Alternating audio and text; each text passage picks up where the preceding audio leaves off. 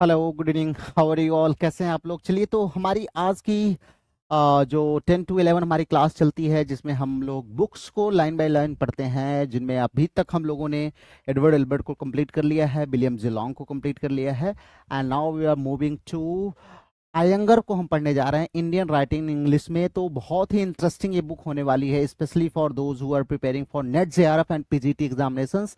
ये book must read है, आप सबको पढ़नी ही चाहिए इस बुक को। तो इस बुक की हम शुरुआत करेंगे, और हम शुरुआत वहां से करेंगे जहां से हमें इंपॉर्टेंट जो है चीजें लगती हैं। इसके पीछे अगर हम इस पीडीएफ में देखते हैं, जो पीडीएफ यहाँ पर अवेलेबल है, थोड़ा सा ये पीडीएफ उतनी अच्छी नहीं है, तो थोड़ा सा आप समझने की कोशिश करिएगा। हो सकता है लाइंस उतनी क्लियर ना हो, but I have shared the PDF in the community group, तो आप वहां से जा करके पीडीएफ को आराम से देख सकते हैं। तो अगर हम बिगिनिंग की बात करें तो इस तरीके से कुछ लिखा हुआ है, इंडियन राइटिंग इंग्लिश। आप देखेंगे इस बुक को, आयंगर की पीडीएफ है, ये आपको आसानी से मिल जाएगी, आप इसको डाउनलोड कर सकते हैं। तो इंडियन राइटिंग इंग्लिश आपको कुछ इस तरीके से लिखा हुआ मिल जाएगा। इसको हम लोग शुरू करेंगे। टोटल पेजेस यहाँ पर अगर हम देखते हैं, तो इस पीडीएफ में जो टोटल नंबर ऑफ पेजेस हैं वो हमारे हैं 864 पेजेस। तो आप वो पीडीएफ डाउनलोड करिएगा जिसमें 864 पेजेस हैं, तो उसको आप सब लोग डाउन कर ले लीजिएगा। अर्शी और नेहा, प्रिया, श्वेता सब आ चुके हैं। Good evening everyone, welcome you all. सभी का स्वागत है क्लास में। अब ये बहुत ही इंटरेस्टिंग सेशन आपका स्पेसिफिकली जो है इंडियन राइटिंग के रेफरेंस में होने जा रहा है। तो चलिए लेट्स सी, आगे देखते हैं। इसमें अगर आगे हम देखें तो यहाँ पे इन्होंने दिया हुआ है कि क्या क्या इन्होंने पढ़ के जो है इसको यूज किया हुआ है, इनकी कुछ बुक्स हैं उसको दिया हुआ है। और ये हमारे जो राइटर हैं, इनका पूरा नाम है KR श्रीनिवास अयंगर। इन्हीं की जो है ये बुक है, और इन्होंने इंडियन राइटिंग इन इंग्लिश की हिस्ट्री पूरी लिखी हुई है। उसके बाद ये जो पीडीएफ हमें मिली हुई है, ये Sterling publishers private limited book की है, न्यू दिल्ली से पब्लिश हुई थी, वहां से ये पीडीएफ हमें मिली हुई है। इसके फर्स्ट एडिशन की बात करें तो 1962 में, सेकंड 73 में, और जो हमारे पास है ये फिफ्थ एडिशन की बुक है, 1985 में आई थी। और इसको जो है इन्होंने डेडिकेट किया है, जो है इनके कुछ लोग थे जिनको प्रीफेस इन्होंने लिखा है, जो फोर्थ एडिशन का, यहाँ पर वो प्रीफेस हमें देखने को मिलता है। तो ये प्रीफेस यहाँ पर इन्होंने लिखा हुआ है, जिसको हम प्रीफेस टू थर्ड एडिशन को, यहाँ पर ये सारी चीजें हम आपको सिर्फ इसलिए बता रहे हैं कि ये सारी चीजें भी इन्होंने लिखी हुई हैं। क्या समय समय पर इन्होंने ऐड किया है और क्या एक्सप्लेनेशन दिया है, इसमें जो चीजें इन्होंने ऐड करी हैं उसके बारे में हम देखते हैं। यहाँ प्रीफेस में जो है प्रीफेस टू सेकंड एडिशन भी मिलता है हमें, ऐसे जो है ये पूरा प्रीफेस इन्होंने, उसके बाद प्रीफेस टू फर्स्ट एडिशन जो है इन्होंने लिखा। और प्रीफेस के बाद हमारा जो आता है कंटेंट है, इसमें आपको क्या क्या मिलेगा इस बुक में, आइए देख लेते हैं। और क्या चीज हमें अलग से फिर पढ़नी पड़ेंगी उसको भी हम लोग बाद में देखेंगे। तो ये काफी इंपॉर्टेंट जो है आपके लिए बुक होने वाली है। अगर हम देखें इसमें, तो यहाँ पे बुक में हमें पार्ट 1 जो दिया हुआ है, तो पहला जो चैप्टर हमारा है दैट इज इंट्रोडक्शन। इंट्रोडक्शन का पार्ट है, इंडियन राइटिंग के बारे में इन्होंने इंट्रोड्यूस किया है, कैसे क्या शुरुआत हुई है। जो हम एज अ राइटर की बात करें, जहां से हिस्ट्री हमारी शुरू होती है इंडियन राइटिंग के, राम मोहन राय से, तो इसको इन्होंने द बिगिनिंग्स करके राम मोहन राय नाम का चैप्टर दिया है, पेज नंबर 22 से शुरू हो रहा है। उसके बाद रेनेसा इन इंडिया, इंडिया में जो पुनर्जागरण काल था उसमें क्या लिटरेचर का डेवलपमेंट हुआ उसको दिया है। तोरू दत्त के बारे में, रोमेश चंद्र दत्त एंड मनमोहन घोष के बारे में, देन आर्यन टैगोर साहब के बारे में, Tagore the playwright, as a playwright हम उनको पढ़ेंगे। देन श्री अरबिंदो के बारे में है, द लाइफ डिवाइन उनकी जो है उसके बारे में दिया है। उसके बाद हमारी सावित्री जो है अरबिंदो की, उसके बारे में। देन हम पढ़ेंगे सरोजनी नायडू को, सरोजनी नायडू। उसके बाद ड्रामा हम पढ़ेंगे, ड्रामा। फिर महात्मा गांधी को हम पढ़ेंगे, महात्मा गांधी, गांधीयन लिटरेचर जो है उसको हम पढ़ेंगे। जवाहरलाल नेहरू को पढ़ेंगे। द नॉवेल, नॉवेल की जो शुरुआत हुई उसको पढ़ेंगे, थीम्स, बैकग्राउंड और जो टाइप्स हैं उसको हम एक एक करके पढ़ेंगे। इसमें हम नॉवेल्स में फिर देखेंगे तो हमारे पास जो ट्रियो हमारे हैं कहलाते हैं, मुल्क राज आनंद, आर के नारायण और राजा राव, इंडियन ट्रियो कहलाते हैं नॉवलिस्ट जो है। ये मैंने ग्रुप में नेहा शेयर किया हुआ है, KS आयंगर की है ये, श्रीनिवास आयंगर की, तो आप उसको देख लीजिएगा। मैंने पीडीएफ शेयर भी किया हुआ है, फिर भी आप लोग पूछ रहे हैं किसकी है बुक। आर के नारायण, राजा राव। उसके बाद भवानी भट्टाचार्य, भवानी भट्टाचार्य को हम लोग पढ़ेंगे, और उसके बाद हमारे मनोहर मालगोनकर साहब हैं, उनको पढ़ेंगे। देन विमेन नॉवलिस्ट में हम आएंगे, जहां पर उनके बारे में हम थोड़ा सा इंट्रोडक्शन लेंगे। फिर अदर नॉवलिस्ट जो हैं, उसके बाद जो पजिएंट ऑफ प्रोज हैं उनको देखेंगे। तीन मेजर जो हमारे प्रोज राइटर्स हैं उनको हम देखेंगे, राधा कृष्णन है, रघुनाथन है, और उसके बाद नीरज चौधरी हैं। उसके बाद पोएट्स, अगेन फिर से हम पोएट पर चलेंगे और न्यू पोएट्स को पढ़ेंगे, फिर हमारा कंक्लूजन होगा। फिर कुछ पोस्टस्क्रिप्ट्स इन्होंने दिया है, बिब्लियोग्राफी, इससे हमें मतलब नहीं है, यहां तक हम पढ़ेंगे। तो ये काफी आपकी एक इंपॉर्टेंट बुक होने वाली है।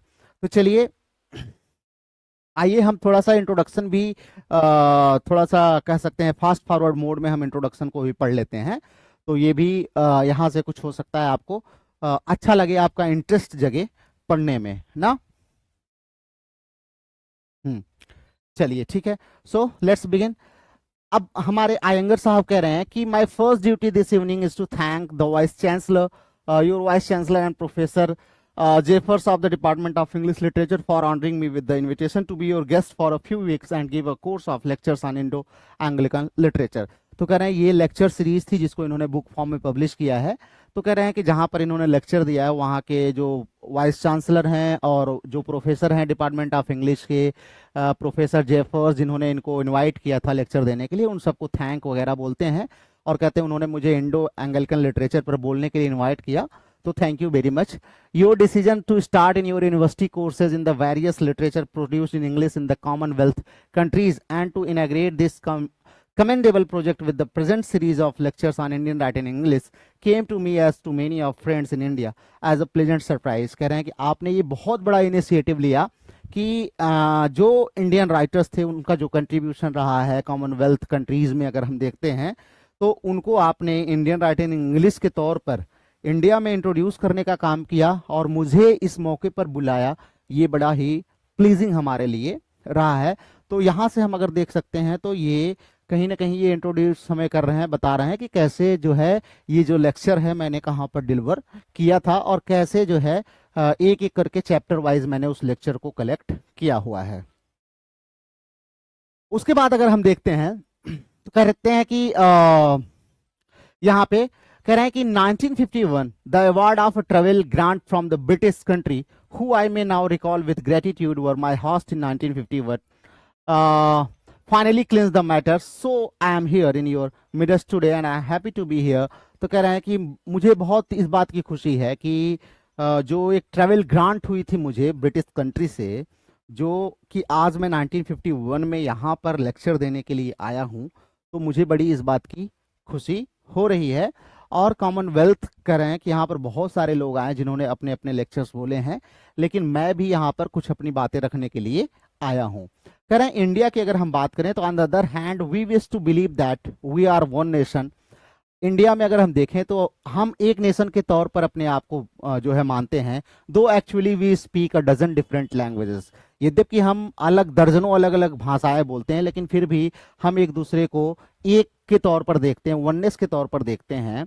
It should be easier still then to get the commonwealth to realisation of its common aims, common ideals and common heritage. तो कह रहे हैं कि यहाँ पर अगर हम देखें तो मैंने अपने इनॉग्रल लेक्चर में यूनिवर्सिटी में, जो कि लीड्स में मैंने दिया था, कब दिया था, 19 जनवरी 1959 को। तो ये पहला लेक्चर जो इन्होंने लीड्स, यूनिवर्सिटी ऑफ लीड्स में 19 जनवरी 1959 को दिया था, उसके बारे में बता रहे हैं। कह रहे हैं inspired and saved literature that we can exchange pulses at its work and realize that while the differences are on the surface, the sense of unity flows as in an underground river and we duly receive the baptism of rebirth into the fellowship of a human faith।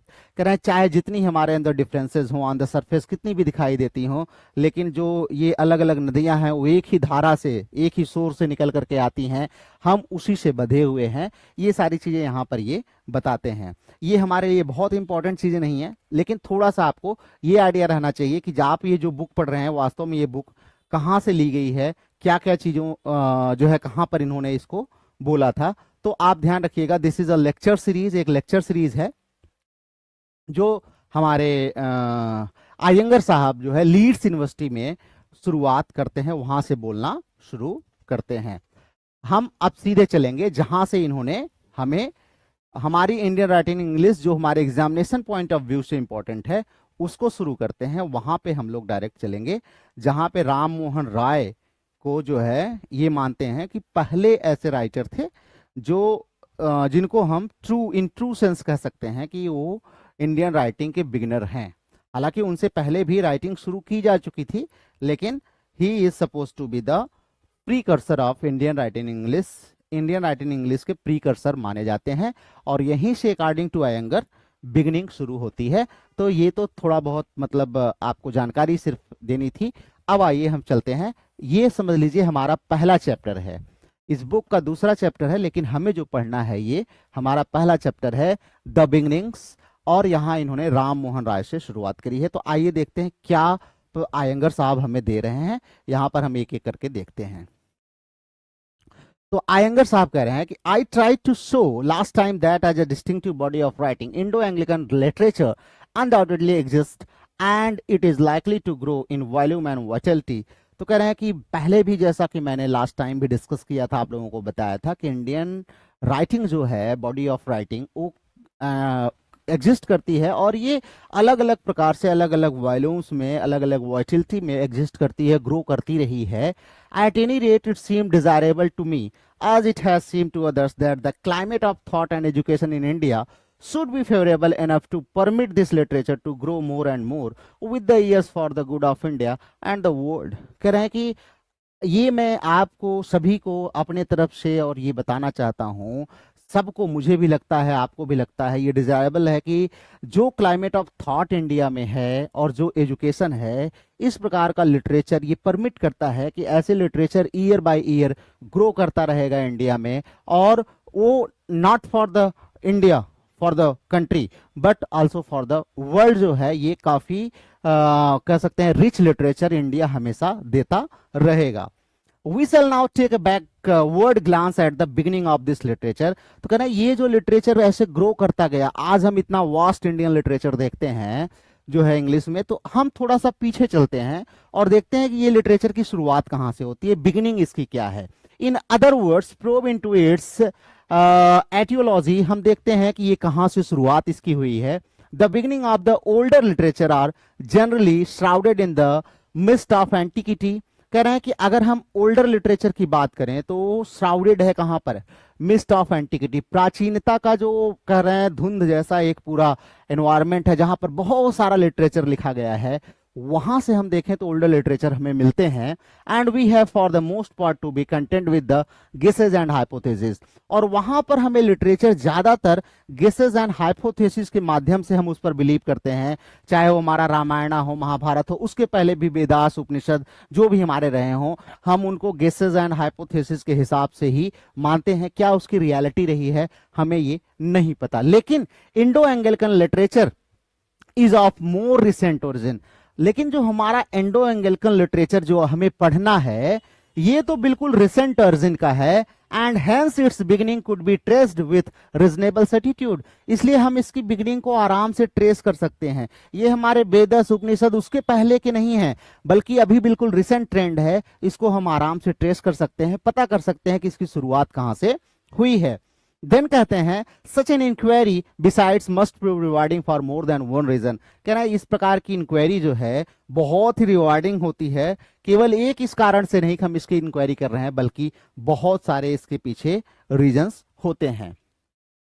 The French literary historian, अब यहां पर ten साहब का नाम ले रहे हैं। कह रहे हैं मिस्टर टेन जो थे, said that literature is the creation of three factors। Ten ने कहा था, ट्रेन एक हिस्टोरियन थे, उन्होंने कहा था लिटरेचर क्या है, literature is the creation of three factors. तीन फैक्टर्स का क्रिएशन है लिटरेचर। क्या क्या है, द रेस है, द मिलिव है एंड द मोमेंट। ना, रेस है, सोसाइटी है और मोमेंट है। कह रहे हैं यही जो सोशल मिक्सचर है, रेस है और जो मोमेंट है, इसी से मिलकर के लिटरेचर बना हुआ है। इन तीनों का स्टडी करना ही लिटरेचर की स्टडी करना है। अगर किसी कंट्री का आप वहां के रेसेस के बारे में, वहां का जो सोशल मिलिव है उसके बारे में, और जो वहां के मोमेंट्स वगैरह हैं उसको आप स्टडी करते हैं, टाइम को स्टडी करते हैं, तो इसका मतलब आपने वहां के लिटरेचर को स्टडी कर लिया। या अगर वहां के लिटरेचर को स्टडी करते हैं तो आपने वहां के रेस, वैल्यूज एंड जो है मोमेंट्स को स्टडी आपने कर लिया है। This need not be accepted as a total truth. कह रहे हैं इसको एज अ टोटल ट्रुथ तो हम नहीं मान सकते, for the individual too has his own part to play in literary creation, क्योंकि लिटरेरी क्रिएशन में इंडिविजुअल का भी अपना रोल होता है। ऐसा नहीं है कि सारा कुछ यही है, बल्कि इंडिविजुअल का भी कुछ रोल जरूर होता है, पोएट का भी कुछ रोल जरूर होता है। But the sociological theory has its uses as regards Indo Anglican literature, the race is the mixed Indian race. कह रहे हैं अगर हम इंडो एंगलिकन लिटरेचर में बात करें तो रेस क्या है, इसके रेफरेंस में देखें तो the race is the mixed Indian race, a resultant of invasions, conquest and occupations extending over a period of 4 or 5,000 years। कह रहे हैं अगर हम इंडिया में रेस की बात करें तो इंडिया में रेस क्या है, इंडिया में रेस ये है, कह रहे हैं कि बहुत सारे आक्रमणों के बाद, बहुत सारे कॉन्क्वेस्ट के बाद बहुत सारे ऑक्यूपेशन एक्सटेंड हुए हैं लगभग पिछले 4,000-5,000 सालों में, और उन सब के मिक्स से जो रेस बनी है वही आज की इंडियन रेस है, वही आज की इंडियन रेस है। द मिलिव, अगर हम मिलिव की बात करें तो the variegated Indian subcontinent comprising extremes of every kind, heir to a geography and cultural heritage all its own, and the moment the meeting of the West and India। कह रहे हैं अगर हम मिलिव की बात करें तो जो भी इंडियन सब कॉन्टिनेंट हैं उसमें चाहे एक्सट्रीम्स हो, हर प्रकार के एक्सट्रीमिस्ट जो रहे हैं, हर विचारधारा के, हर प्रकार के सोसाइटी के जो एक्सट्रीम्स रहे हैं, उन सब को जियोग्राफिकली और कल्चर हेरिटेज को अगर हम शामिल कर लेते हैं तो हमारा मिलिव कहलाता है, इंडियन मिलिव। और मोमेंट की बात करें तो तीसरा जो मोमेंट है वो क्या है, the meeting of the west and India.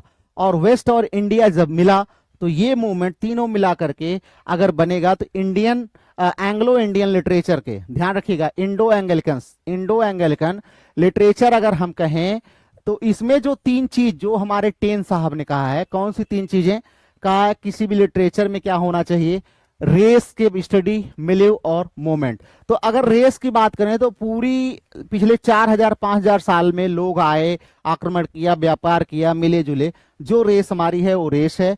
उसके बाद मिलिव की बात कर रहे हैं कि जो भी इंडियन सब कॉन्टिनेंट में अगर हम देखें तो बहुत सारी चीजें जो है लोग आए और उनमें अलग अलग प्रकार के एक्सट्रीम्स आए, सब यहाँ पर मिक्स हुए, वो है। और उसके बाद मूवमेंट की बात करें इंडो एंगलिकन, तो जब वेस्ट हमारे यहाँ आए इंडिया में, अब ये जो दोनों जब मिले तो वो मूवमेंट से लेकर के अब तक का जो पूरा है, यही तीनों से मिला करके हमारा इंडो एंगलिकन लिटरेचर बना हुआ है।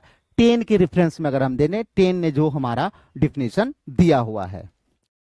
फिर हमारे आयंगर साहब कहते हैं we often talk of the western impact of India.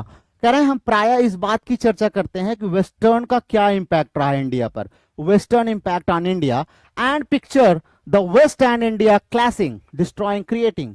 कह रहे हैं कि भाई हम देखते हैं कि वेस्ट एक पिक्चर क्रिएट करते हैं कि वेस्ट और इंडिया क्लैश करते हैं ना, कहते हैं कि डिस्ट्रॉइंग क्रिएटिव, ये कह रहे हैं कि इन्हें क्या किया, डिस्ट्रॉय किया है ना, कि इंडिया को क्या किया है, उसकी क्रिएटिविटी को डिस्ट्रॉय किया है। ऐसा हम एक जो है इस बात पर प्राय हम बातचीत करते हैं कि इन वेस्टर्न का जो इम्पैक्ट इंडिया पर हुआ है वो कहीं न कहीं डिस्ट्रॉइंग सेंस में हुआ है। But the west was no single entity, लेकिन केवल वेस्ट एक सिंगल एंटिटी नहीं था, and really means sundry Portuguese, बल्कि इसके अलावा देखें तो वेस्ट में हमारे पुर्तगीज थे, डच थे, ब्रिटिश थे, फ्रेंच थे, केवल एक कोई नहीं था कि वेस्ट में हम केवल इंग्लैंड को मानते हैं। वेस्ट में हमारे पुर्तगीज आए, डच आए, फ्रेंच आए, डेन्स आए, जर्मन्स आए, इटालियंस ना, ये सब के सब thrown in home came in different waves as merchants, ये अलग अलग वेव्स में आए, मतलब कोई कभी आया कोई कभी आया, एज मर्चेंट्स कोई आया, एज मिशनरीज कोई आया, कोई मिशनरी धर्म उनका प्रचार करने, कोई सोल्जर के रूप में आया, कोई एडवेंचरर्स के रूप में आया, कोई एडमिनिस्ट्रेटर के रूप में आया, and often worked as a cross purposes, और सब ने क्रॉस पर्पजेज पर काम किया। तो ये इन्फ्लुएंसेस हमें इंडियन जो लोग थे उनके ऊपर देखने को मिलता है। लेकिन कह रहे हैं कि the merchants came to make quick money, यहां पर मर्चेंट्स आए थे तो किस पर्पज से आए थे, क्विक मनी, जल्दी जल्दी पैसा कमाने, ज्यादा पैसा कमाने के लिए आए थे। And the missionaries came to save pagan souls, और मिशनरीज तो आए थे अपना जो पैगन सोल्स था उसको बचाने के लिए, अर्थात अपने रिलीजन का प्रचार करने के लिए आए थे। And the soldier administrator came to achieve the conquest of the country, और जो सोल्जर्स आए थे, एडमिनिस्ट्रेटर आए थे, वो देश पर राज करने के लिए, विजय प्राप्त करने के लिए आए थे। But the west in India was a self divided world. लेकिन अगर वेस्ट देखें इंडिया में तो ये अपने आप में एक सेल्फ डिवाइडेड वर्ल्ड था ना।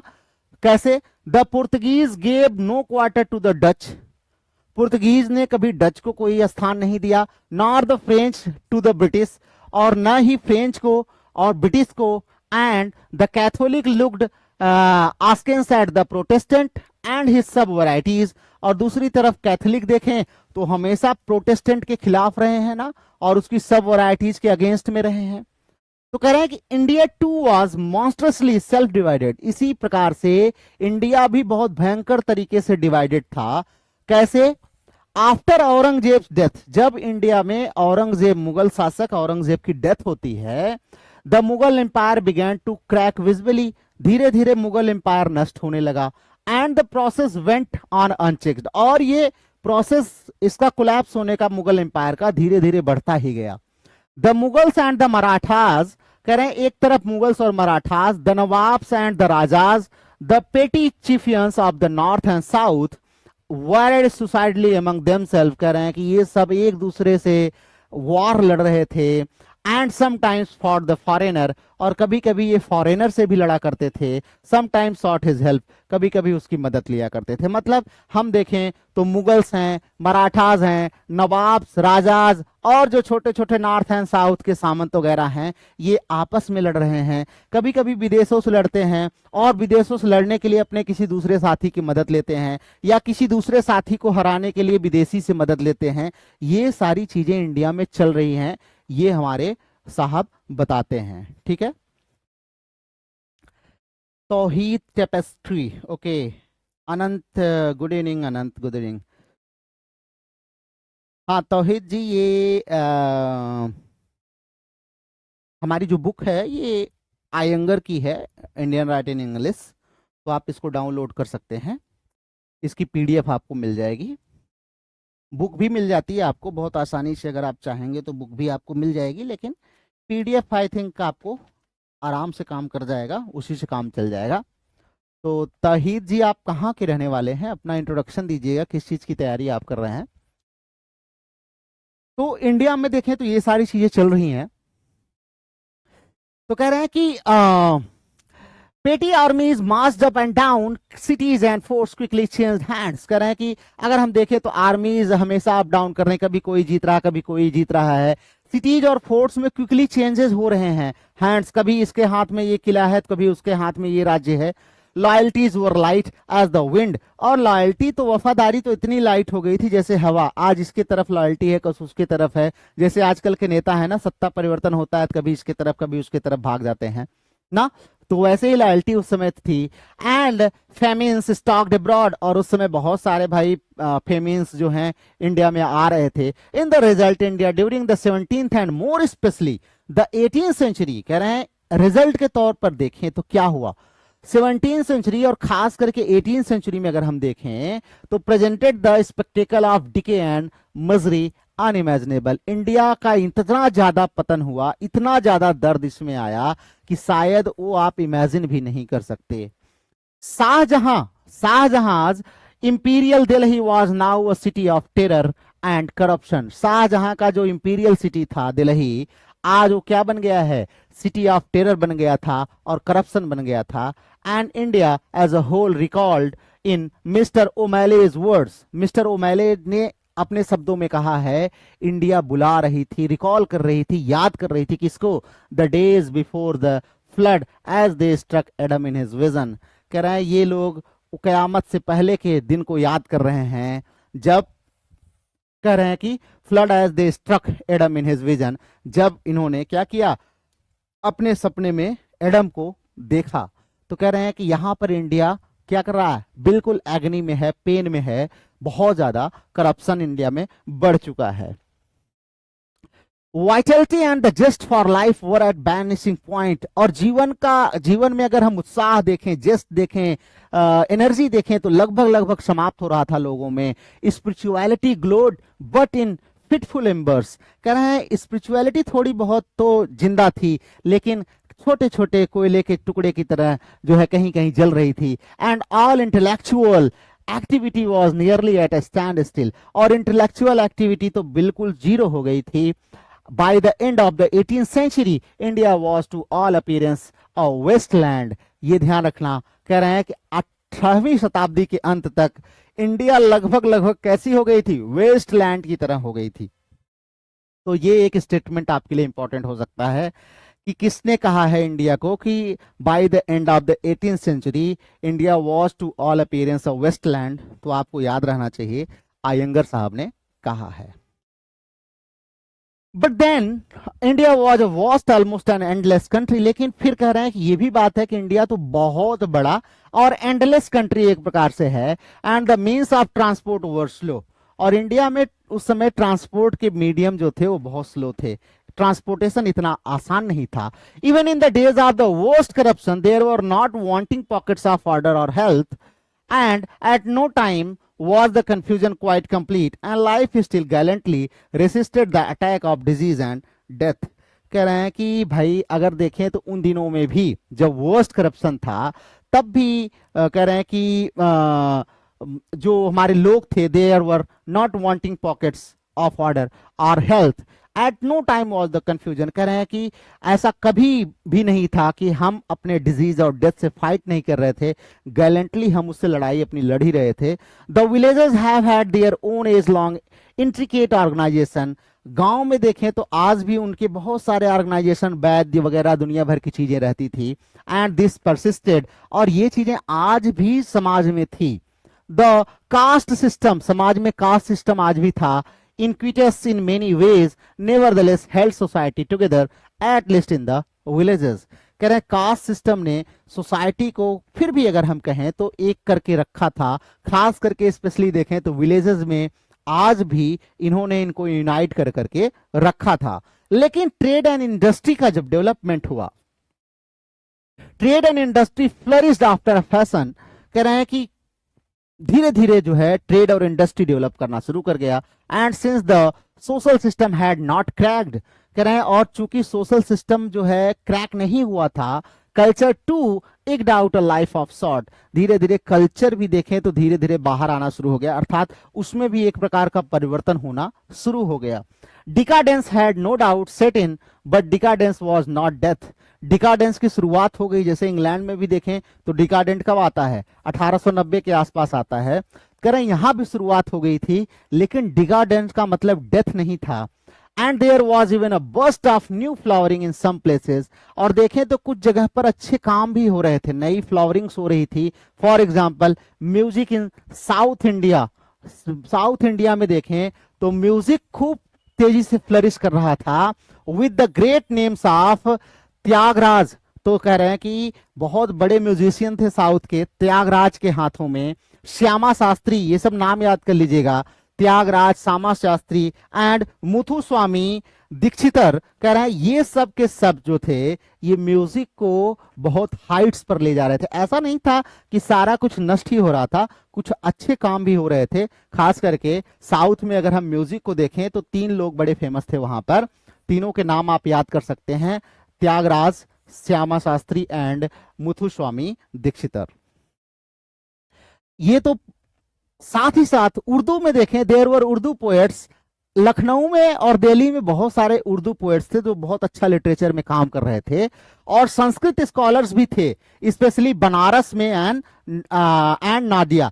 नादिया और बनारस में देखें तो संस्कृत स्कॉलर्स बहुत थे। And there were Tamil poets and Sanskrit scholars at Madurai. और मदुरई में देखें तो तमिल पोएट्स और संस्कृत स्कॉलर वहां भी थे। तो ये बहुत सारा डेवलपमेंट यहां पर चल रहा था, ऐसा नहीं था कंप्लीटली बैरन था, लेकिन फिलहाल बैरननेस तो था ही। In this and other ways, Mr. Omole observes an ethos was maintained which was free from the subversive forces of new ideas and alien systems, and continuity with the past was maintain. तो कह रहे हैं इस तरीके से देखें तो जो पास्ट के साथ हमारा न्यू आइडियाज और पास्ट का जो एक कनेक्शन होता है वो अभी मेंटेन था, पूर्ण रूप से हम एलियन नहीं हुए थे। A few cardinal dates may here prove helpful in our study of this age of transition from the old to the new India। अब इस एज को ये एज ऑफ ट्रांजिशन कह रहे हैं। क्यों कह रहे हैं? क्योंकि अब हम ओल्ड इंडिया से न्यू इंडिया में एंटर कर रहे हैं। तो ये जो पीरियड था ये ट्रांजिशन का पीरियड था। कह रहे हैं इसमें कुछ डेट्स मैं आपको बता सकता हूं जो हमारी स्टडी के लिए बहुत इंपॉर्टेंट हैं, आपको याद रखनी चाहिए। जैसे उसमें क्या है, द बैटल ऑफ प्लासी, आप लोग याद कर लीजिएगा। The battle of Plassey was fought in 1757। 1757 में बैटल ऑफ प्लासी लड़ा गया था, लगभग 200 साल पहले ना। जब ये बात कर रहे हैं 1959 की बात कर रहे हैं ना, तो लग रहा है ओवर 200 ईयर्स एगो, लगभग 200 से ज्यादा साल हो गए।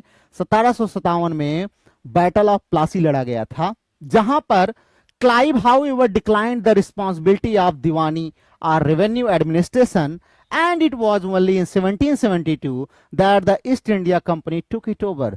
कह रहे हैं क्लाइव, लॉर्ड क्लाइव जो थे ना, उन्होंने जो दीवानी रेवेन्यू का सिस्टम था उसको तो डिक्लाइन कर दिया गया था, लेकिन 1772 में अगर हम देखें तो पहली बार जो हमारी ईस्ट इंडिया कंपनी थी उसने कंप्लीट टेक ओवर कर लिया। इसके पहले ईस्ट इंडिया कंपनी केवल एज अ ट्रेड काम किया करती थी।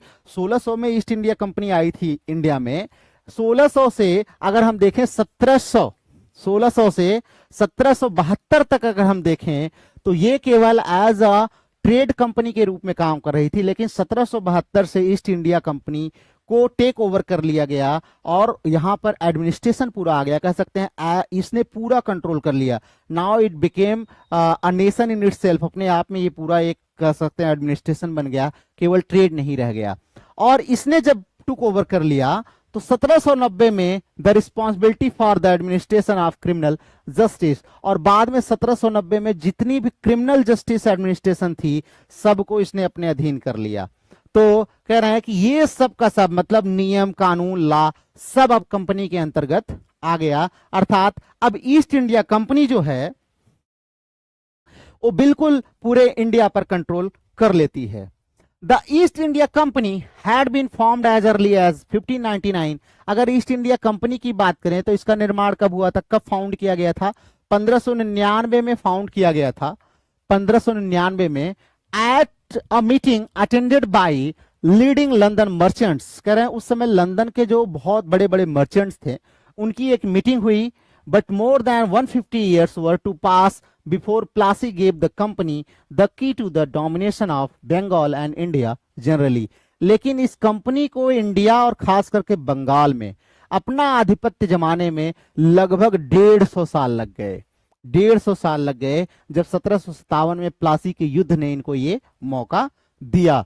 तो कह रहे हैं कि ईस्ट इंडिया कंपनी 1599 के लास्ट में 1600 में इंडिया में आई थी। ये जो है ये क्या था, a group of merchants, leading merchants of Britain ना, ब्रिटेन के लीडिंग मर्चेंट्स जो थे उन्हीं का एक पूरा ग्रुप था। और 150 साल बाद इसको जाके इंग्लैंड में इंडिया में पहली बार सफलता मिलती है। Even so, British born subjects were not allowed freely to come to India or settle down there। कह रहे हैं जो ब्रिटिश बॉर्न सब्जेक्ट्स भी थे उनको भी अलाउ नहीं था कि वो इंडिया आए फ्रीली और यहां पर सेटल हो जाए। From prohibition in 1666, the next step was licensing, which came into operation in 1784। कह रहे हैं 1766 में प्रोहिबिशन एक्ट आया था कि कोई भी आकर के इंडिया में ऐसे सेटल नहीं हो सकता है। बाद में लाइसेंसिंग आया जब 1784 में इसको ऑपरेट किया गया।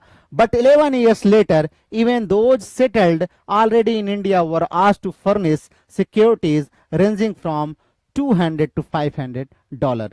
कह रहे हैं कि 1784 से 11 साल 1795 तक आते आते जो इंडिया में सेटलर्स थे सबसे सिक्योरिटी के तौर पर $200 से $500 की मांग की जाने लगी। अब कंपनी जो थी, कंपनी ने distrusted the private profiteer as much as the busybody missionaries. अब कंपनी को लगा कि ये जो प्राइवेट प्रॉफिटियर्स हैं इन पर इस कंपनी का विश्वास उठ गया, as much as the busybody missionaries, जितनी भी मिशनरीज थी उन पर भी। But profiteer and missionaries alike had means of evading the company's attention. लेकिन ये दोनों की तो चाह यही थी कि कंपनी के अटेंशन को इवेट कर लें, उस पर ओवरकम कर लें। In short the company was interested in political dominion only to the extend such domination increase its own dividends. कह रहे हैं कि शॉर्ट में कहें तो कंपनी का इंटरेस्ट था पॉलिटिकल डोमिनेशन में। अब ये पॉलिटिकल डोमिनेशन चाहती थी only to the extent such domination increased its own dividends, और क्योंकि इस प्रकार के डोमिनेंस से जो इसका डिविडेंड है वो खुद बढ़ेगा, क्योंकि पॉलिटिकली जब ये साउंड होंगे तो इनका डिविडेंड्स अपने आप बहुत ज्यादा बढ़ जाएगा। तो ये पॉलिटिकली अब इन्वॉल्व होना चाहते थे कंपनी के लोग। The company was directly interested neither in empire nor in the kingdom of Christ, and certainly not in the suppression or advancement of the indigenous culture. जहां तक कंपनी की बात है तो शुरुआत में कंपनी जो है वो कह रही है कि न तो पूरा एम्पायर या किंगडम में इंटरेस्टेड थी और न ही इंडिया का जो कल्चर है, इंडिजेनस जो कल्चर है, उसको सप्रेस करने की, उसको दबाने की, उसको नष्ट करने की इसकी चाहत थी। Individual servants of the company however made an exception to the rule. लेकिन कुछ इंडिविजुअल जो कर्मचारी थे उन्होंने इस रूल को तोड़ा, उसके एक्सेप्शन बन गए वो। उसमें से देखें तो वॉरेन हेस्टिंग ने पहली बार क्या किया, ध्यान रखिएगा, बहुत इंपॉर्टेंट है। Warren Hastings who establish the Calcutta Madras in 1781। Warren Hasting ने क्या एस्टेब्लिश किया, कलकत्ता और मद्रास एस्टेब्लिश किया 1781 में। Sir William Jones who organise the Royal Asiatic Society of Bengal, बहुत इंपॉर्टेंट है, कह रहे हैं सर विलियम जोन्स जो थे वो भी उसी कैटेगरी में थे, जिन्होंने क्या किया था, जिन्होंने Royal Asiatic Society of Bengal की स्थापना की थी 1784 में, उसके मेंबर थे। एंड सर थॉमस मुनरो, और कह रहे हैं सर थॉमस मुनरो जो मद्रास में थे, were rather impressed by the culture of the Hindus. कह रहे हैं ये सब हिंदूज के कल्चर से बहुत ज्यादा प्रभावित थे। एंड मुनरो साहब Indeed declared in the course of the evidence he gave before parliament in 1873, और 1873 के पार्लियामेंट के सामने उन्होंने ये प्रूफ भी दिया था, डिक्लेयर भी किया था क्या, कि if civilisation were ever to become an article of trade between the two countries, England would greatly benefit by the import cargo. कह रहे हैं अगर दो कंपनी के बीच में सिविलाइजेशन को एक आर्टिकल के तौर पर देखें, ट्रेड में आर्टिकल ट्रेड होते हैं ना, टीवी है, ये, अगर हम सिविलाइजेशन को एक आर्टिकल के तौर पर देखें तो कह रहे हैं इंडिया से बहुत ज्यादा फायदा होगा किसको, इंग्लैंड को। बहुत सारी चीजें इंग्लैंड इंपोर्ट कर सकता है इंडिया से, क्योंकि इसकी सिविलाइजेशन बहुत रिच है। ये किसने कहा था, मुनरो साहब ने कहा, इंग्लैंड की पार्लियामेंट में ये स्टेटमेंट दिया था। And men like Munro and Jones came to be called ब्राह्मणाइज्ड। तो ये ध्यान रखना भैया, ये बहुत बड़ा आपको स्टेटमेंट मिल गया है कि कौन से लोग जो है आपके एग्जाम में आएगा, who among the followings are called Brahmanised Britons. किनको ब्राह्मणाइज्ड ब्रिटन कहा जाता था, ब्राह्मणाइज्ड ब्रिटन। तो ब्राह्मणाइज्ड ब्रिटन मुनरो और जोन्स को कहा जाता था, मुनरो और जोन्स को ब्राह्मणाइज्ड ब्रिटन कहा जाता था। बिकॉज क्यों कहा जाता था, they both admired Indian culture, ये दोनों इंडियन कल्चर को एडमायर करते थे, and depreciated the idea of introducing western civilisation और क्रिश्चियनिटी इनटू इंडिया। और इंडिया में ये वेस्टर्न सिविलाइजेशन या क्रिश्चियनिटी लाने के खिलाफ थे, इसीलिए इनको ब्राह्मणाइज्ड ब्रिटन्स कहते थे इंग्लैंड के लोग। ठीक है, ये ध्यान रखिएगा, ये काफी एक इंपॉर्टेंट फैक्ट आपको यहां पर मिला है। These qualifications are necessary to dispel the notion still widely held in some quarters that the Western impact was anything so sudden or concerted or premeditated as, say, the march of the German armies into France in 1914. The East India Company was a trading corporation, and its servants in India were mercenaries and adventurers, often unscrupulous men, but not seldom capable men, good soldiers, good administrator, good man. कह रहे हैं कि east India Company की अगर हम बात करते हैं तो देखते हैं ये मुख्यतः एक ट्रेडिंग कारपोरेशन था, और इसमें जो सर्वेंट्स थे इंडिया में काम करने वाले, वो एक प्रकार से मर्सिनरी टाइप के थे, जो पैसे के लिए काम करने वाले थे, एडवेंचरर्स थे ना। अनस्क्रिप्टलेस प्रायः जो है असभ्य टाइप के लोग थे ना। हालांकि उसमें से बहुत सारे कैपेबल मैन थे, गुड सोल्जर्स थे, एडमिनिस्ट्रेटर थे। The missionaries too were of all kinds, और मिशनरीज की बात करें तो मिशनरीज में भी हर प्रकार के लोग थे, गुड थे, बैड थे, एंड इंडिफरेंट भी थे, जिनको किसी चीज से मतलब नहीं था। But why blame the others, लेकिन हम दूसरों को क्यों आरोप लगाएं कि मर्चेंट वालों ने किया या मिशनरीज वालों ने किया। India was betrayed by what was false और weak within her, India को धोखा मिला, इंडिया हारी किससे, जो उसके अंदर वीकनेस खुद की थी उससे हारती है, जो अपना झूठ उसके अंदर था उससे हारती है। India had become diseased and self divided, India खुद ही रोग अपने लगा लिया और सेल्फ डिवाइडेड हो गया। The division and disease had started even before the west turn to the east, कह रहे हैं कि ये जो रोग था और ये जो डिवाइड वाला था ना, ऐसा नहीं था, वेस्ट के आने से पहले ही इंडिया में ये शुरुआत हो चुकी थी।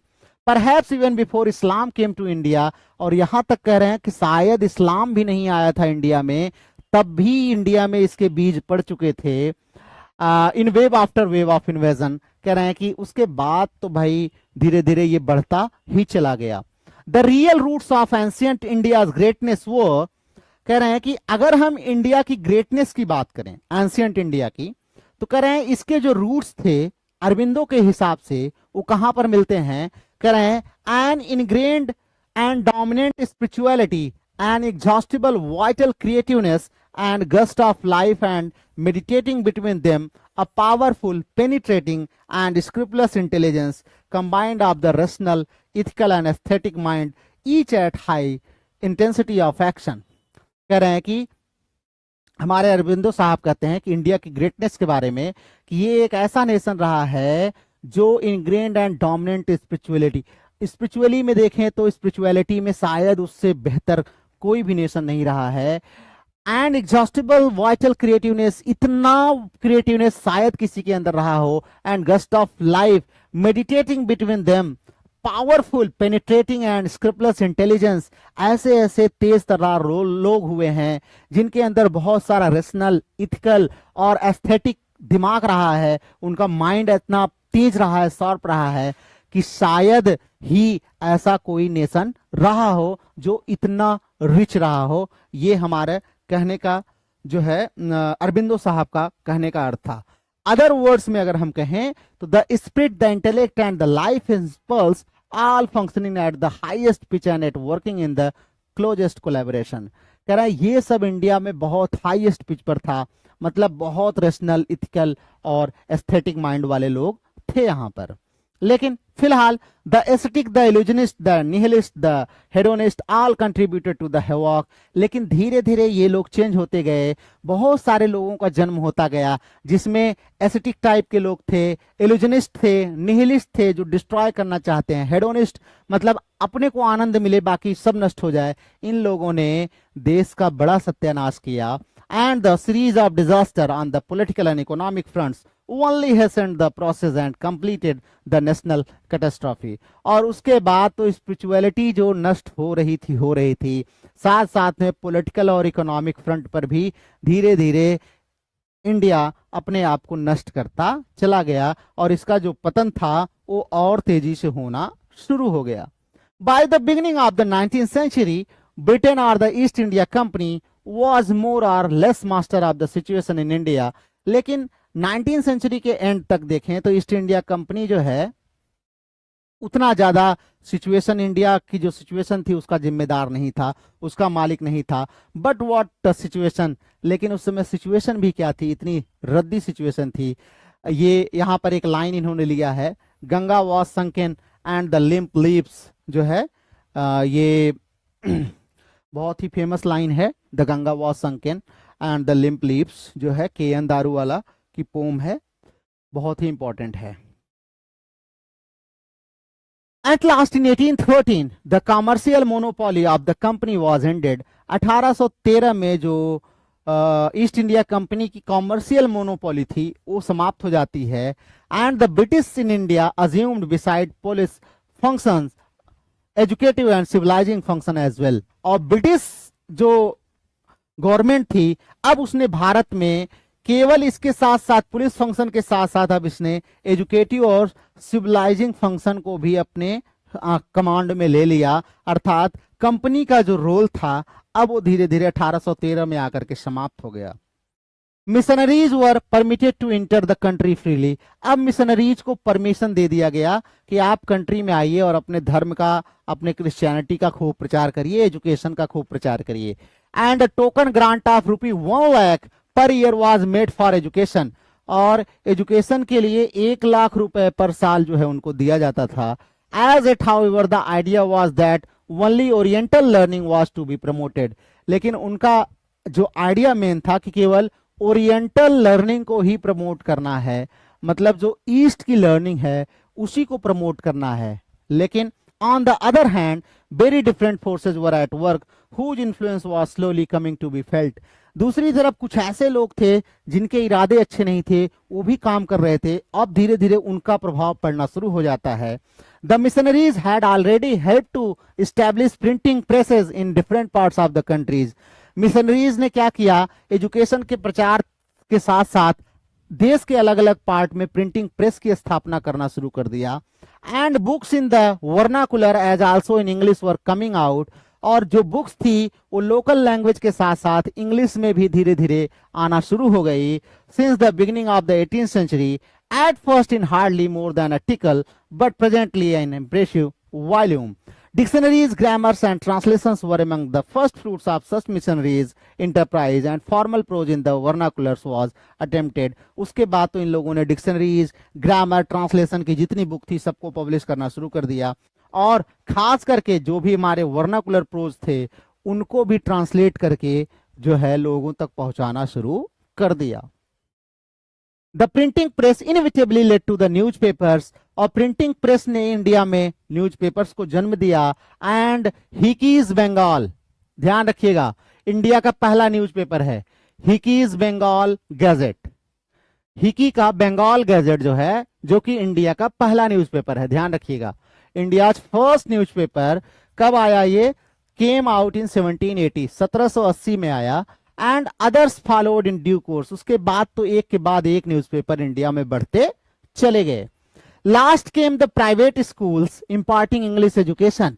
उसके बाद में सबसे लास्ट में देखें तो प्राइवेट स्कूल्स की स्थापना हुई जो कि इंग्लिश एजुकेशन देते थे। Such schools had been started as early as 1717।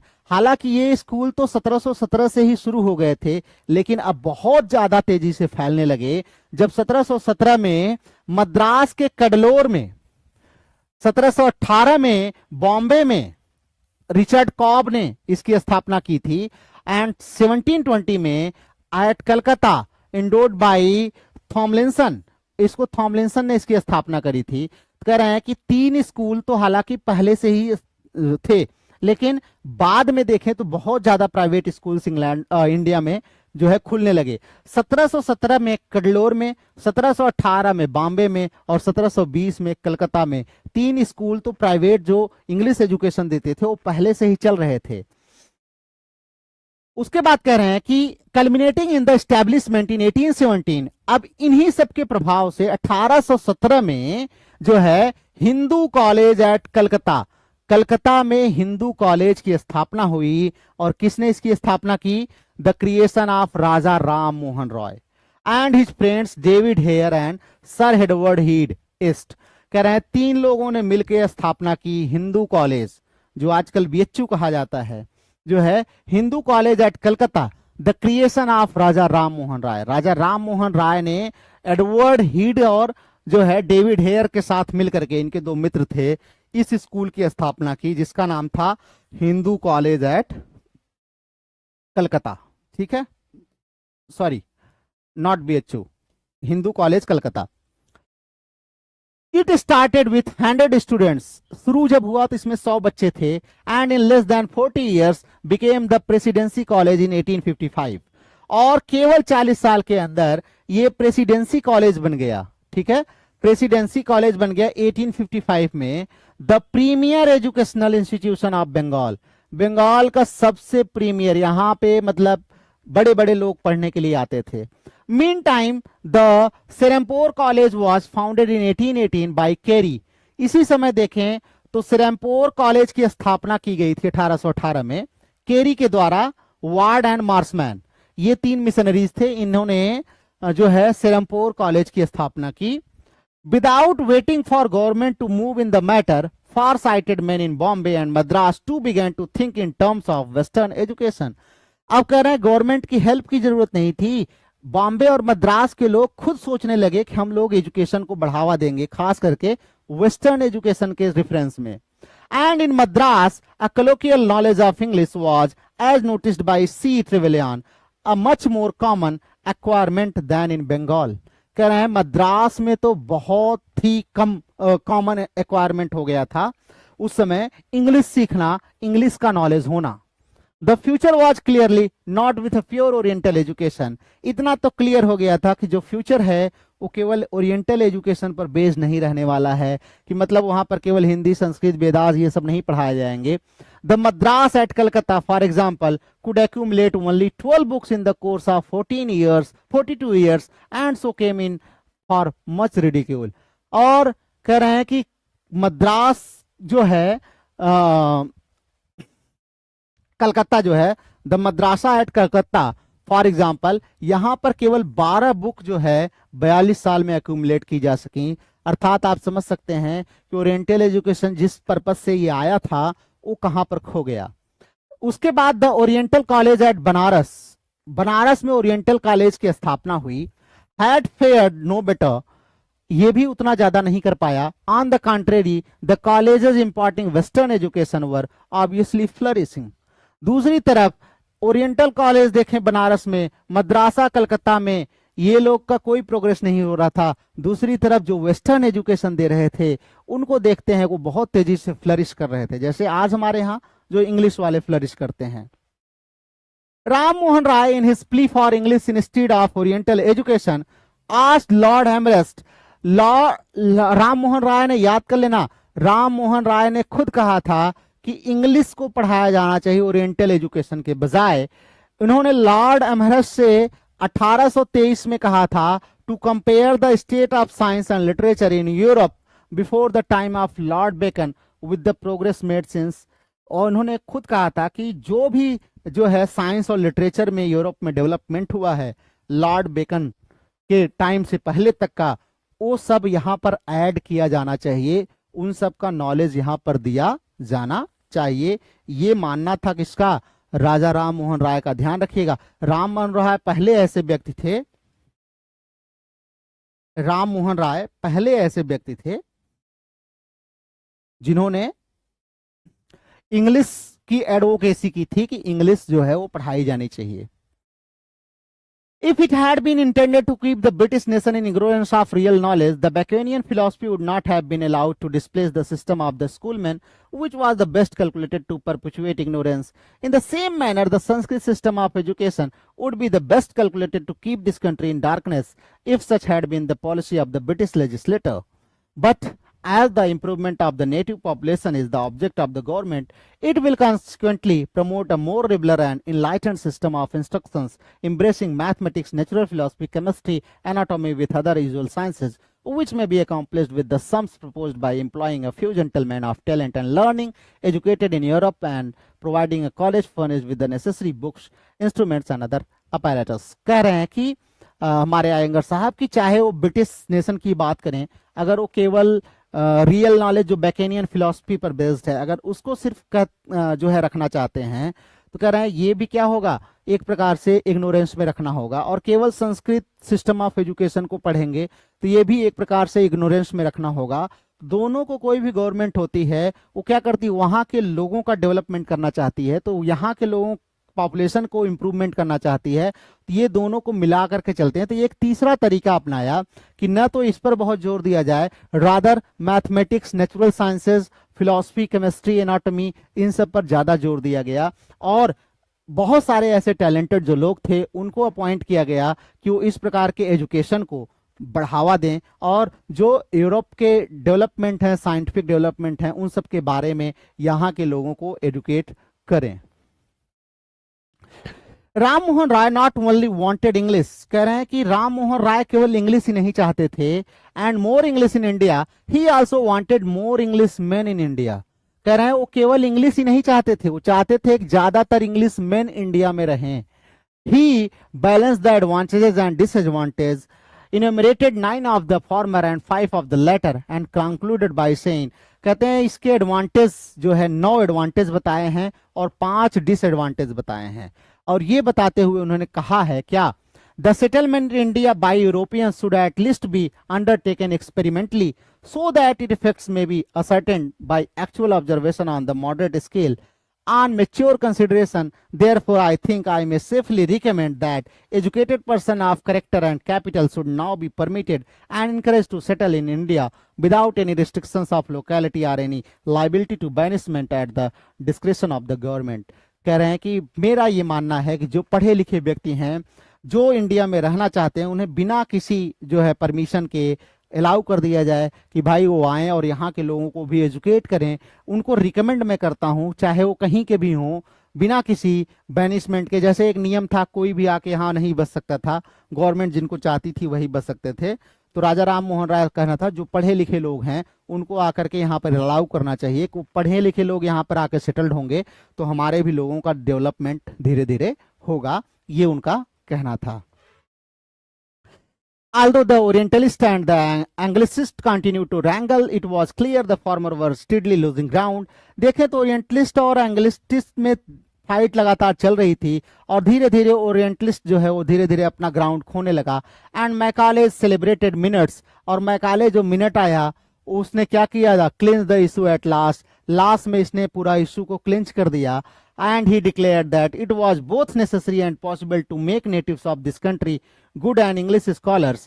कह रहे हैं दोनों जरूरी है इस देश के लोगों को अच्छा बनाना, इंग्लिश स्कॉलर बनाना, and that to this end our efforts are to be directed, और हमारा प्रयास यही होना चाहिए कि इस यहाँ के जो लोग हैं इनको गुड जो है कंट्री गुड इंग्लिश स्कॉलर बनाना चाहिए। यहाँ के लोगों को गुड इंग्लिश स्कॉलर्स बनाना हमारा मेन उद्देश्य है, क्योंकि मैकाले का कहना था कि अगर आप किसी देश पर किसी भी जगह पर आप रूल करना चाहते हैं तो पहले वहां की लैंग्वेज आपको आनी चाहिए, और इंडिया जैसे नेशन में ये पॉसिबल नहीं है जहां पर इतने न्यूमरस लैंग्वेजेस जो है बोली जाती हैं कि हम लोग उतनी लैंग्वेजेस सीख सकें। तो बेहतर ये है कि हम इनको अपनी लैंग्वेज सिखा दें तो हम आराम से इनके ऊपर अपना शासन कर सकते हैं। तो इसने क्या किया, सारा एफर्ट इसी में लगाया कि इंडिया के लोगों को इंग्लिश सिखाई जा सके। The die was cast and on 7th March 1835 Lord William Bentinck resolved that, और 7 मार्च 1835 को 1834 के मैकाले मिनट्स के बाद 7 मार्च 1835 को लॉर्ड विलियम बेंटिंक ने रिजॉल्व किया क्या, the great object of the British government are to be the promotion of European literature and science among the natives of India. 1835 में बेंटिक ने कहा कि यूरोपियन का सबसे बड़ा जो है हमारे इंग्लैंड का गवर्नमेंट का सबसे बड़ा उद्देश्य है कि इंडिया में हम यूरोपियन लिटरेचर और साइंस को प्रमोट करें, and all funds appropriated for the purpose of education would be best employed on English education alone. और कह रहे हैं कि जितना भी फंड है वो इंग्लिश एजुकेशन पर पर्पजली यूज किया जाए, मैं उस पर ज्यादा फोकस करने के लिए जितना फंड है उसको यूज करने का अलाउ करता हूं। ये लॉर्ड विलियम बेंटिक का कहना था कब, जब 1834 में मैकाले मिनट्स आया, मैकाले मिनट्स के बाद। ठीक है,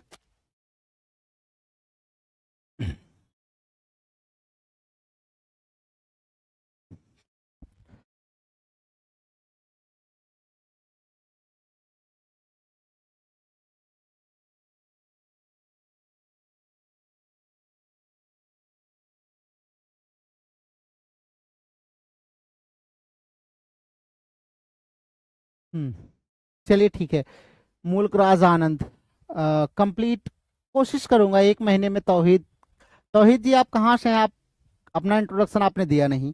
चलिए, तो आज के लिए हम लोग बस इतना ही करते हैं। कल से हम लोग यहाँ पेज नंबर 28 पे मिलेंगे आपसे। मतलब यहाँ पे पेज नंबर 28 है, आपके पीडीएफ में जो है वो पेज नंबर 44 है। तो कल हम लोग जो है पेज नंबर 28 और 44 याद रखिएगा, यहाँ से हम लोग शुरुआत करेंगे ना। आज के लिए बस इतना ही करते हैं। तो चलिए, सी यू अगेन टुमारो। कल आपसे फिर मुलाकात होगी 4:30 पर। हमारी एमसीक्यू क्लास होगी कल, मिल्टॉनिक एज पर बेस्ड होगी, तो वहां पर आपसे मिलते हैं। Till then take care of yourself. Good night you all.